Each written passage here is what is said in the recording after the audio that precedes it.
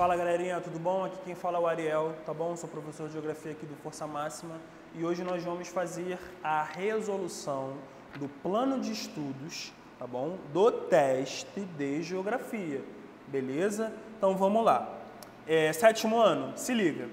A primeira questão ela vem falando o seguinte: em nossas aulas estudamos que o Brasil possui grandes extensões, tanto, isso aí, latitudinal quanto longitudinal. Latitudinal quanto longitudinal. Então o Brasil é isso aqui, ó, gordo e alto, beleza? Explique algumas consequências da grande extensão do território brasileiro. Vamos pensar em algumas aqui. A gente sabe, né, que quando a gente fala de latitude e de longitude, nós estamos falando daquelas linhas imaginárias que têm valores, né, de paralelos, de meridianos. Não vou discutir muito sobre isso, não. Mas você sabe que as longitudes vão se basear e vão dar uma informação nossa sobre a definição dos dias e das noites, por exemplo. Ou seja, a longitude pode nos ajudar a calcular os fusos horários. A diferença de hora de um lugar para outro. As latitudes, né, podem nos ajudar a perceber, a verificar, a afirmar as diferenças climáticas de temperatura ao longo do quê? Do planeta Terra. Beleza? E aí você sabe que a longitude tem uma longitude principal, que é o meridiano de Greenwich, tá? Tem um meridiano principal. E aí a partir disso nós temos o lado leste do lado oeste. Beleza? O lado ocidental do lado oriental. Como a latitude vai ter um ponto principal, que é a linha do Equador, que vai diferenciar o hemisfério norte do hemisfério sul, falando de características climáticas específicas para quem está mais ao norte da linha do Equador e características climáticas para quem está ao sul do Equador. Então vamos lá. Uma das consequências é os 4 fusos horários que nós temos, do -2 ao -5. Preciso contar? Não, não é? Outra coisa que a gente pode ter vocês estudam, né? Estudaram aí uma coisa chamada domínios morfoclimáticos, não é? E aí esses domínios morfoclimáticos, vocês vão, por exemplo, perceber que cada região do país possui um clima, um relevo e principalmente uma vegetação diferente, tá? Por exemplo, mais ao norte nós temos o clima equatorial, que é um clima que ao mesmo tempo que é muito quente, é muito úmido, chove bastante. No sul nós temos o clima, por exemplo, subtropical. Subtropical, não é porque é baixo, tá? O subtropical ele vem numa lógica muito do quê? Ele é mais frio, concorda comigo? Mas ele também é úmido. Então a diferença de um para o outro não é a umidade, e sim a temperatura. E essa temperatura, essa drástica diferença de temperatura para quem está mais ao norte, para quem está mais ao sul, ela é influenciada pela latitude. Porque vocês sabem que quanto mais próximo da linha do Equador, mais quente são as temperaturas daqueles territórios, daquelas regiões. Mais afastadas da linha do Equador, aumentando a sua latitude, mais frio. Tranquilo? Menos quente é. Tanto é que nós temos nas duas extremidades o polo. Os polos são os pontos mais gélidos do planeta Terra. Então a gente pode falar do fuso horário, da diferença climática, da diferença da vegetação. Beleza? São 3 pontos, assim, essenciais. Então, o número 1 está certo, está feito, ok. Number 2. Indique e explique um dos fatores que esclareçam a invalidação do Tratado de Tordesilhas ao longo do processo de colonização da América Portuguesa. Gente, olha só. vocês sabem que o processo de expansão territorial do Brasil, ou seja, o território brasileiro que nós conhecemos hoje com 26 estados e um Distrito Federal, nem sempre foi assim. Ele não começou dessa forma. Ele foi o quê? Se formando, foi evoluindo, foi aumentando o seu território, aumentando a sua área, beleza? O Tratado de Tordesilhas foi um tratado, né, que foi feito até mesmo antes do achamento do Brasil. Isso aí, os portugueses acharam o Brasil, tá? Não descobriram não. Já existiam pessoas que viviam aqui quando eles chegaram. Quando os portugueses acharam o Brasil, o território sul-americano, ele era dividido. Um pedaço, que era o pedaço mais a oeste do planeta Terra, fazia parte da Espanha. Um pedacinho pequenininho mais ao leste fazia parte de Portugal. E aí ele está perguntando aqui, uma invalidação, ele quer uma ação brasileira, do território brasileiro, né, de Portugal, na verdade, que invalidava isso, invalidava esse tratado. Tratado esse que separava um pedaço para Portugal, um outro pedaço para a Espanha. Pedaço de Portugal só fica os portugueses trabalhando, fazendo o que quiserem ali. E no pedaço espanhol a mesma coisa, onde um não vai interferir nas ações econômicas, nas divisões do trabalho, em nada ali dentro. Nada, nada, nada, absolutamente nada. Quando a gente estuda o processo de expansão territorial, nós estudamos que o Brasil no século XVII, os portugueses no século XVII foram para uma determinada região, que hoje nós conhecemos como região norte. Lembram das drogas do sertão, que foi uma nova característica econômica de exportação do território brasileiro? Vocês lembram disso? Então, o Tratado de Tordesilhas, ele se enfraquece com a unificação da União Ibérica entre os reinados entre Espanha e Portugal. O Tratado de Tordesilhas, como eu já tinha dito mais cedo, ele separa e deixa bem delimitado um espaço português de um espaço espanhol, no qual um não pode invadir o território do outro. Quando o Brasil começou com a sua expansão ao seu território a oeste, ou seja, quando ele sai do que nós conhecemos hoje como Nordeste e começa a adentrar ao que nós conhecemos como Norte hoje, ele invalida o que nós dissemos e que um pedaço é para Portugal, um outro pedaço é para a Espanha. O território brasileiro, na região norte, na região centro-oeste, não fazia parte da área portuguesa, fazia parte da área espanhola. Vocês têm isso na sua apostila, vocês olhem a delimitação certinha do Tratado de Tordesilhas. O Tratado de Tordesilhas, ele deixava uma parte significativa do Nordeste e um pouquinho de nada, deixava mais a parte litorânea, mas mais focada para a região mais ao norte do país.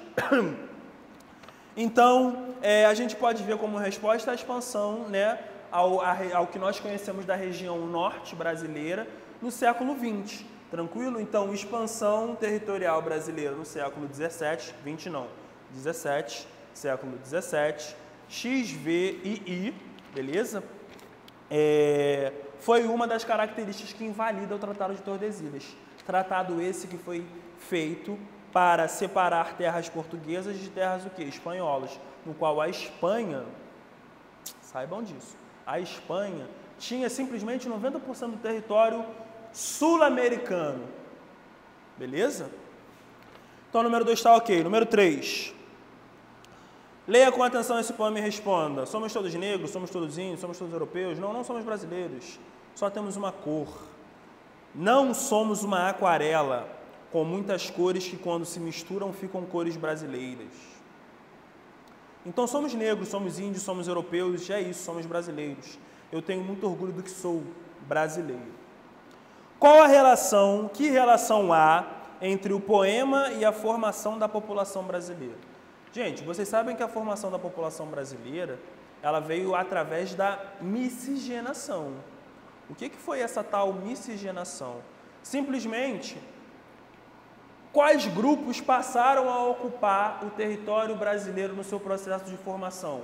Foram apenas os portugueses? Não. Eu falei para vocês que os portugueses não descobriram o Brasil. Os portugueses acharam. Por que eles acharam? Porque quando eles chegaram aqui já existiam pessoas. Então essas pessoas possivelmente possam ter descoberto o Brasil antes dos portugueses, porque eles já estavam ali. Então por isso que a gente fala que os portugueses acharam. Tranquilo, turma? Então já tinha um grupo que vivia ali, chega um outro grupo, e aí a história vai nos contar que esse grupo inicialmente não quer morar ali, mas depois passa a querer morar, ou seja, os portugueses não moravam no Brasil, em grande maioria. Mas depois coisas foram acontecendo, beleza? Que eu não preciso detalhar aqui, no qual muitos portugueses começaram, sim, a ficar aqui no Brasil, a viver no Brasil, tá? A produzir muito mais e produzir outras coisas. Não apenas extrair o pau-brasil, mas produzir, por exemplo, a cana-de-açúcar. Mas o que isso tem a ver com a questão? Isso tem a ver porque a formação do território brasileiro, a construção dele, foi de várias nações. Vocês sabem que nós tivemos um período abolicionista, no qual nós trazíamos escravizados do continente africano, mais especificamente falando da Angola, não só. E esses povos ficaram aqui. Esses povos, como são seres humanos, eles se procriaram, se desenvolveram. Então o território brasileiro, ele tem essa miscigenação toda, porque simplesmente muitos povos vieram para cá no seu processo de formação territorial. E esses povos, obviamente, eles se conectaram, eles se dialogavam, eles se relacionavam. E aí, deu isso tudo aí que nós conhecemos hoje. Tranquilo? Então a 3 já foi. Vamos para 4. Observe o mapa e responda. Estamos observando o mapa, estão observando aí? Eu estou observando aqui. Em qual hemisfério, norte ou sul, está localizada a maior parte do território brasileiro? E se considerarmos os hemisférios ocidental e oriental, justifique a sua resposta. Gente, vocês perceberam que a número 4, ela é uma resposta da número 1. Eu acabei não falando, mas é isso. Sua extensão latitudinal e longitudinal, por exemplo, fala que o Brasil está nos 2 hemisférios. Mas aqui vocês sabem que o Brasil tem 5% no hemisfério qual? Norte. E 95% no hemisfério sul. Então, sim, o Brasil encontra em suma maioria dentro do hemisfério sul. Boa parte do seu território está abaixo da linha do Equador. E aí ele pergunta assim, e se considerarmos entre oriental e ocidental? Lembra que eu falei? Leste, oeste, oriente, ocidente? Então, o Brasil está na porção oeste do planeta, ou seja, ele está na porção ocidental. Quem está na porção leste do planeta está na porção o quê? Oriental. Beleza? B. Que aspecto do mapa pode comprovar a predominância em nosso país de climas o quê? Tropicais, aquela música já diz isso. Gente, olha para o mapa aí. Vocês estão vendo aí as linhas de latitude e as de longitude, né? Mas vamos focar nas de latitude, nas linhas deitadas. Vocês estão vendo aí que embaixo está escrito Oceano Pacífico, né? Em cima da palavra oceano, nós temos, sabe o que? A linha do Equador. Embaixo da palavra Pacífico, nós temos o Trópico de Capricórnio. E aí vamos subir um pouquinho. Subindo, subindo, subindo, subindo, subindo. Lá no cantão esquerdo está escrito assim, Trópico de Câncer. O Brasil, ele possui um clima tropical pelo fato dele estar majoritariamente entre os 2 trópicos de Capricórnio e de Câncer, ou de Câncer e de Capricórnio. Para quem não sabe, o Trópico de Capricórnio passa dentro do território brasileiro.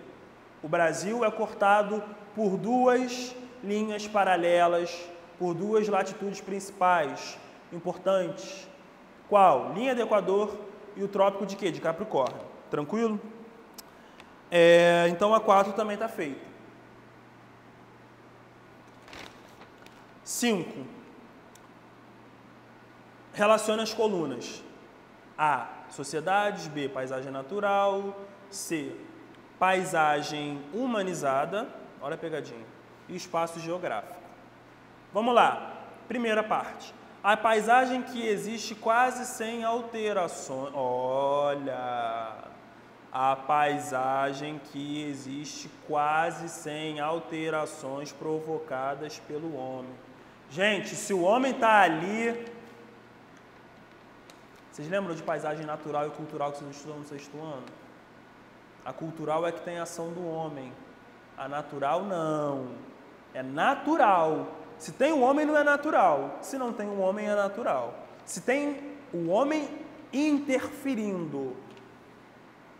Então, vamos lá. A paisagem que existe quase sem alterações provocadas pelo homem. Vocês acham que é o quê? Sociedade? Paisagem natural? Paisagem humanizada? Sim. Paisagem humanizada. Letra C. De baixo. Engloba os elementos da natureza e também os elementos artificiais feitos pelo homem.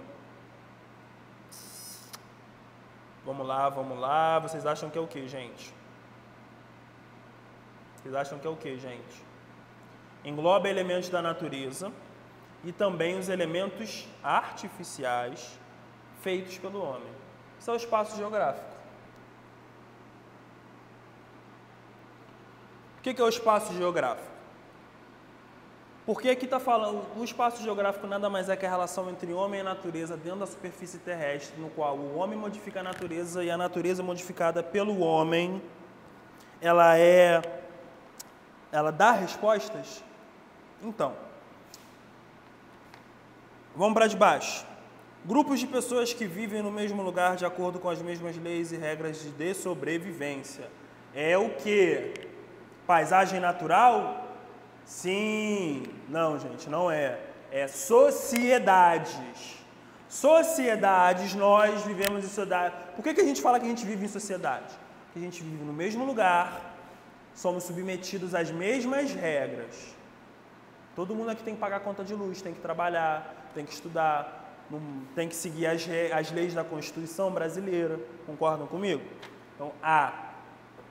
CDA, hein? A última é a paisagem que passa a existir após a interferência humana.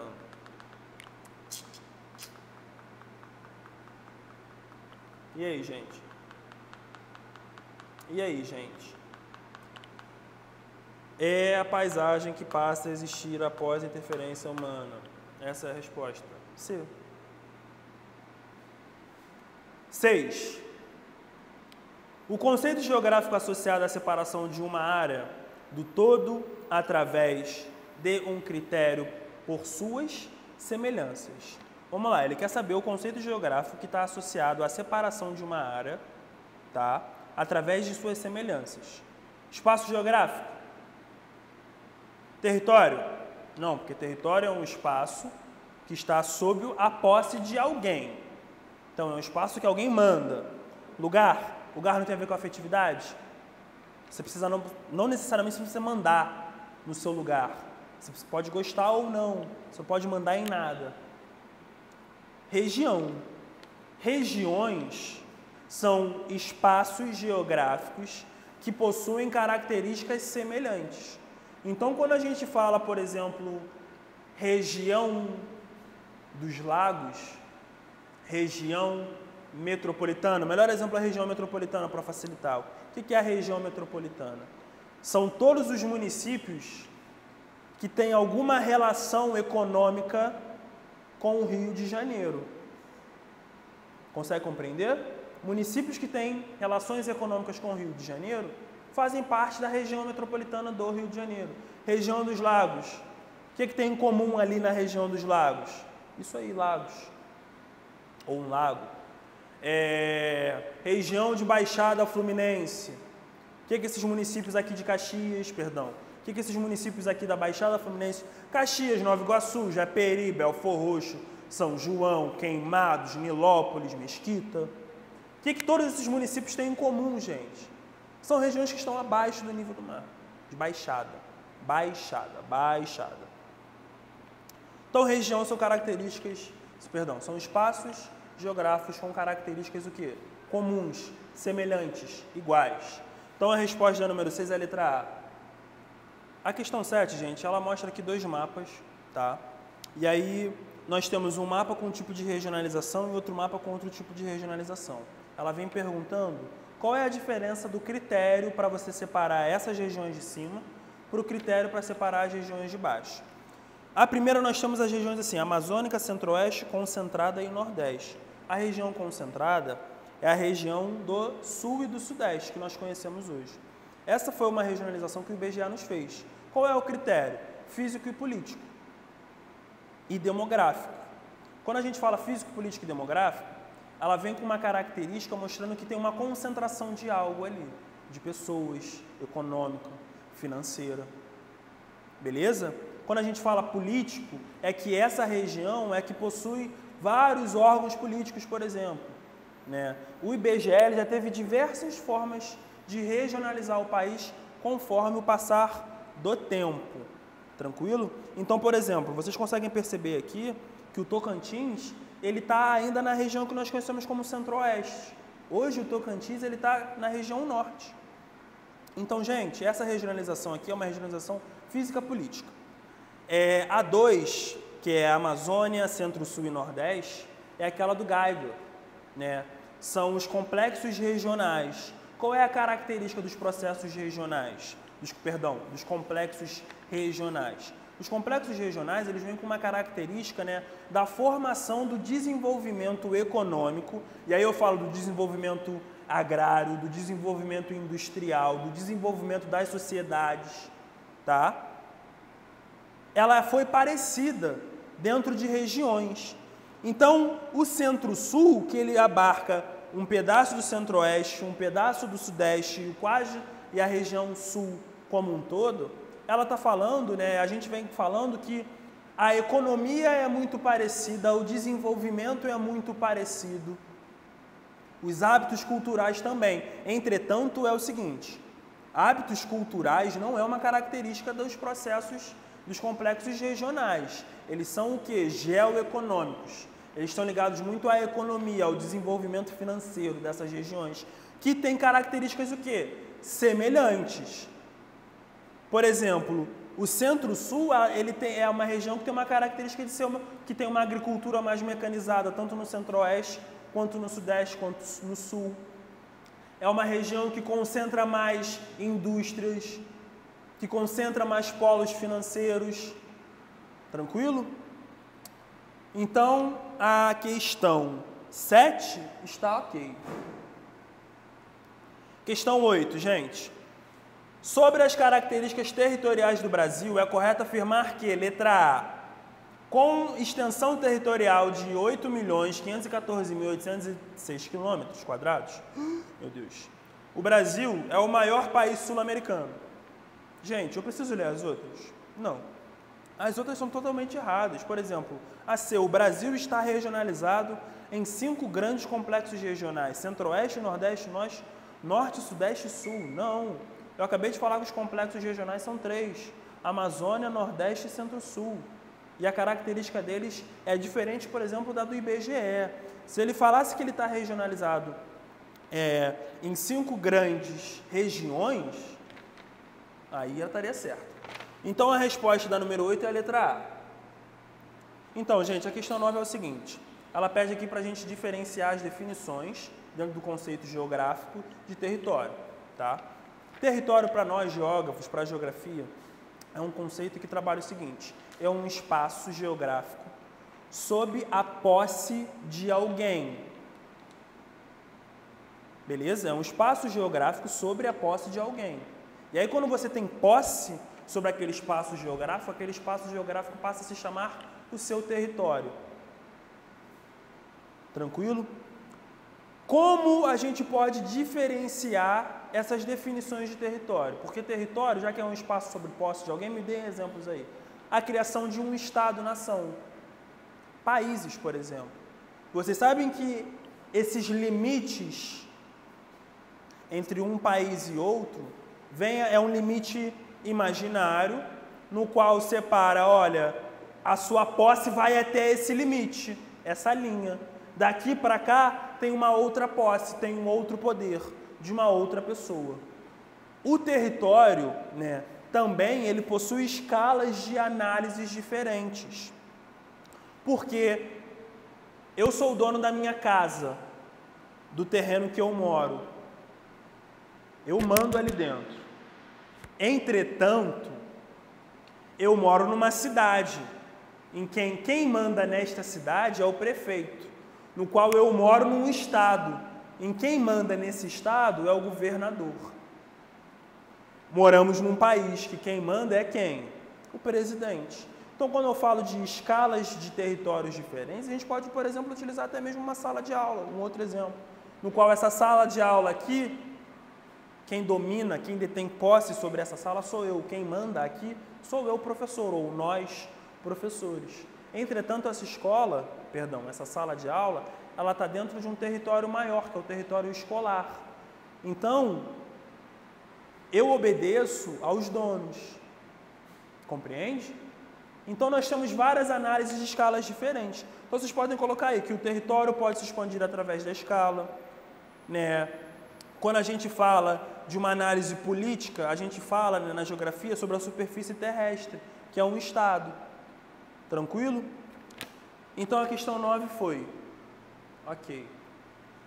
Questão 10. Gente, a questão 10 dá para fazer aqui embaixo. Ela fala o seguinte: um grupo de estudantes residentes na cidade de Rio Branco, no Acre, vamos lá, Rio Branco, vou botar RB, tá? Não, vou botar só Acre. Uma cidade, né, Rio Branco, no Acre, partiu em uma viagem de férias para onde? Fernando de Noronha. Tá com dinheiro, hein? Fernando de Noronha. Pernambuco. No entanto, a viagem do avião foi relativamente desgastante, pois contou com 2 escalas e uma duração de 14 horas. Ó.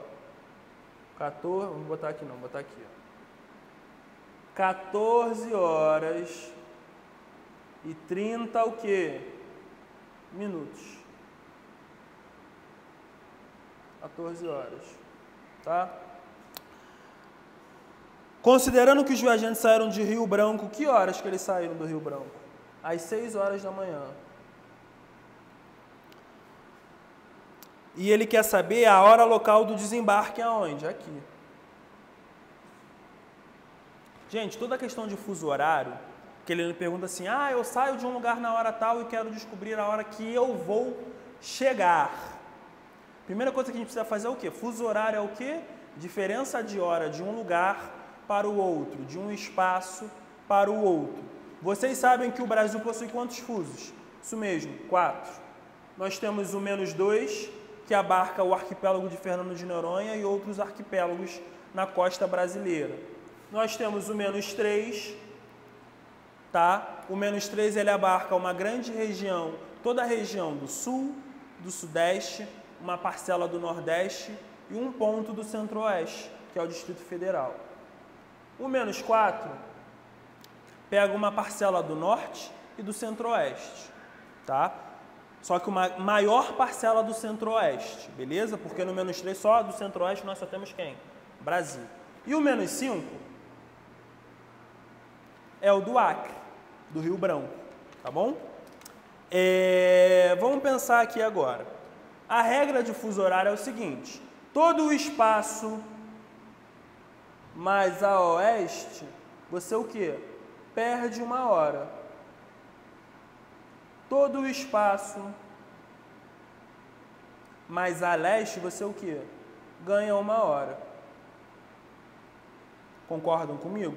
Então, eu saindo daqui de Fernando de Noronha e indo para um ponto a oeste, que é o fuso -5, Rio Branco, eu estou ganhando ou perdendo horas? Isso aí, perdendo horas. Só que ao contrário, eu estou saindo daqui e indo para cá, então eu estou ganhando horas. Então vamos lá direitinho para vocês conseguirem enxergar. 6 horas. Que horas são aqui, turma? 7 horas. Que horas são aqui, turma? 8 horas da manhã. Que horas são aqui, turma? 9 horas da manhã. Então, quando ele sair do Rio Branco às 6 horas da manhã, lá em Fernando de Noronha já são 9 horas da manhã. Então, os caras que já estão acordados há bem mais tempo de quem está aqui no Acre. Beleza? Essa é a resposta? Não. Ele quer saber que horas que eu vou chegar aqui. Ele não quer saber que horas são aqui no mesmo momento. Ele não quer saber o fuso horário. Só que nós precisamos achar o fuso horário para ter a resposta. Quanto tempo é a duração de viagem? 14 horas e meia. Você vai pegar a hora local do lugar que você está indo, 9, e vai somar com quanto? 14 e 30. Gente, eu vou somar com 14 e vou incluir esses 30, tá? 9 horas mais 14 horas dá quanto? 23. Mais essa meia hora, esse grupo de estudantes vai chegar aqui em Fernando de Noronha às 23h30 da noite. Às 23 horas e 30 minutos da noite. Galerinha, essa foi a resolução do PE, do Plano de Estudos de Geografia do 7º ano, tá bom? Tá tranquilo, tá molezinha. Nos vemos no próximo, beleza? Eu sou o Ariel. Tamo junto.